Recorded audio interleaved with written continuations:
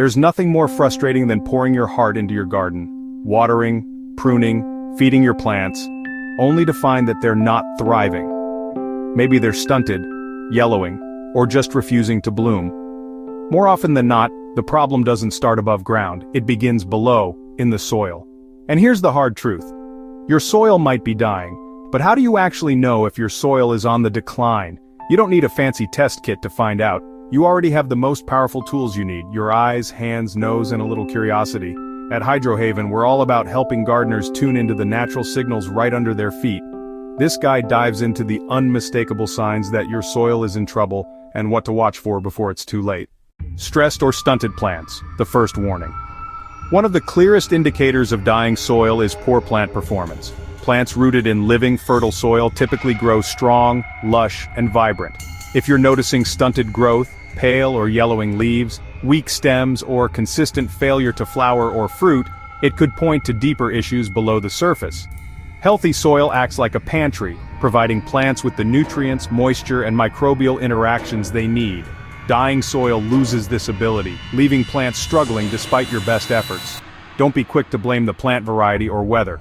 Look to the ground instead. Sparse or weak root systems.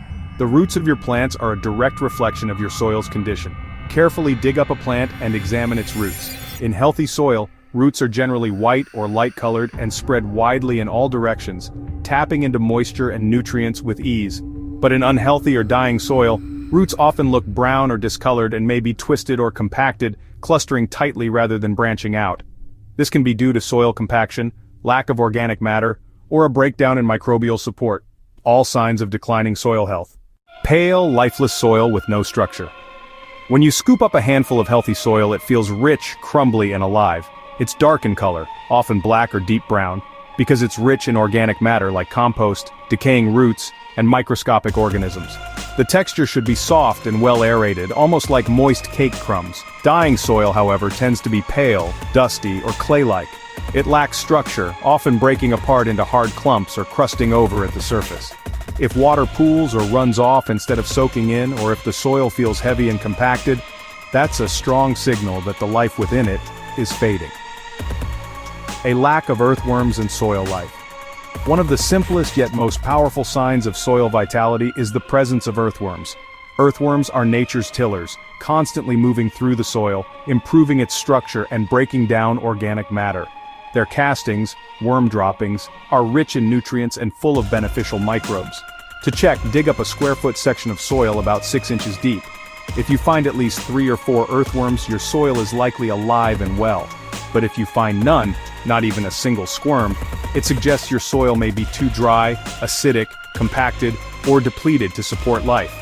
Beyond earthworms, keep an eye out for other critters like ants, beetles, grubs, and visible fungi. These creatures aren't pests, they're part of a healthy soil ecosystem. If your soil feels completely sterile and still, it's likely on its way out. Soil that smells off, or doesn't smell at all. Healthy soil smells earthy, fresh, and slightly sweet, thanks to a compound called geosmin produced by soil-dwelling bacteria. It's the same scent you notice after rain. If your soil has this pleasant aroma, that's a good sign that microbes are active and thriving. But if your soil smells sour, metallic, or has no scent at all, trouble may be brewing. A foul odor can indicate anaerobic conditions, when waterlogged or compacted soil has forced out the air, creating a low-oxygen environment that promotes rot instead of growth. A complete lack of smell suggests microbial life is missing altogether, another warning that the soil is heading toward lifelessness. Dusty or waterlogged conditions. Water behavior is another major clue. Soil that dries out too quickly, becoming dusty and cracked, often lacks organic matter. On the other hand, soil that remains soggy, sticky, or smells moldy is probably compacted or poorly draining, especially dangerous to plant roots which need both air and moisture. Dead or dying soil lacks the structure and balance needed to manage water well. It either can't retain moisture, letting it evaporate too fast, or holds onto it too long, suffocating roots. In both cases, plant health suffers and microbial life begins to collapse. Plants that don't respond to fertilizer. You might be tempted to think that adding fertilizer is a quick fix, but if your plants aren't responding, even after feeding, it's a sign that the soil biology isn't working properly. Fertilizers feed plants, but living soil supports them by cycling nutrients, buffering pH, and encouraging root growth. Without that foundation, even the best fertilizer becomes a short-term solution with no lasting benefit. In dying soil, the natural microbial processes that make nutrients available break down. This leads to nutrient lockup, where even added nutrients can't be absorbed efficiently by the roots. If your garden feels like a black hole for fertilizer, it's time to check the soil itself. Soil that doesn't stick to roots. This might seem minor, but how soil clings to roots is actually an important signal.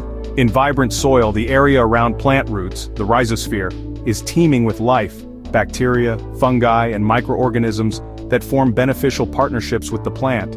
These microbes cluster around roots, feeding on sugars that the roots release. When you pull a plant from healthy soil, a bit of soil usually clings to the roots. If your soil falls away cleanly with nothing sticking, it could mean there's little to no biological activity around the roots, a key symptom of dying soil. Knowing the history of the ground, your using soil health is a living legacy. It reflects everything you've done to it. If your garden beds have seen repeated tilling, chemical use, or long periods without compost or cover crops, you could be dealing with soil that's slowly gone sterile. Even urban gardeners working with potting mix or raised beds can face soil decline if the same soil is used year after year without being recharged.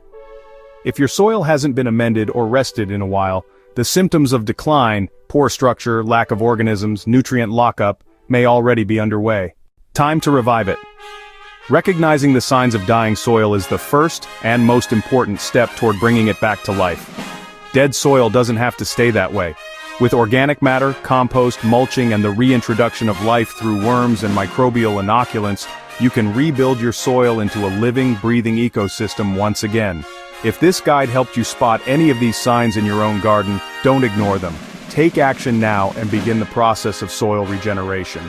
And if you found this information helpful, be sure to subscribe to Hydro Haven for more hands-on practical gardening guides. Share this video with fellow gardeners. It might just save their soil too.